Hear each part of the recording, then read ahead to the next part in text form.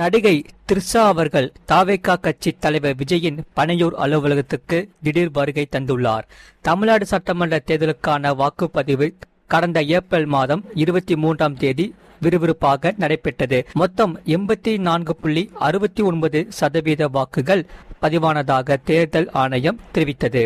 அந்த வகையில் வாக்கு பதிவை தொடர்ந்து வாக்கு எண்ணிக்கை மே 4ஆம் தேதி நடைபெறும் என தெரிவிக்கப்பட்டது. அந்த வகையில் மே 4ஆம் தேதி இன்று வாக்கு எண்ணிக்கை காலை முதல் விறுவிறுப்புடன் தொடங்குகிறது. எந்த கட்சி ஆட்சியை பிடிக்கப் போகிறது?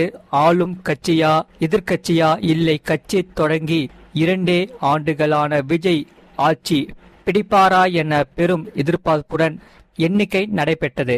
இதுவரை நடைபெற்ற வாக்கு எண்ணிக்கையில் விஜயின் தாவேகா கட்சி 100க்கும் அதிகமான தொகுதிகளில் முன்னிலை வகித்து வருகிறது. பெரிதும் எதிர்பார்க்கப்பட்ட ஆளும் கட்சியான திமுக 3ஆம் இடத்திற்கு தள்ளப்பட்டுள்ளது. மேலும் அதிமுக 60க்கும் அதிகமான தொகுதிகளில் முன்னிலை வகித்து 2ஆம் இடத்தில் உள்ளது. பெரும்பாலான தொகுதிகளில் விஜயின் தாவேகா கட்சி முன்னிலை வகிப்பதால் தாவேகா வெற்றி பெற அதிக வாய்ப்புள்ளதாக கூறப்படுகிறது. இந்த நிலையில் இன்று 42வது பிறந்தநாள் கொண்டாடும் நடிகை த்ரிஷா திருப்பதியில் சாமி தரிசனம் முடித்துவிட்டு சென்னை திரும்பியுள்ளார். திருப்பதியில் இருந்து சென்னை வந்தடைந்த நடிகை த்ரிஷா பனையூரில் உள்ள தாவேகா கட்சி அலுவலகத்திற்கு திடீர் வருகை தந்துள்ளார். த்ரிஷாவின் இந்த திடீர் வருகை பெரும் பேச்சு பொருளாகி உள்ளது. தற்போது இந்த போட்டோஸ் சோசியல் மீடியாவில் வைரலாகி வருகிறது.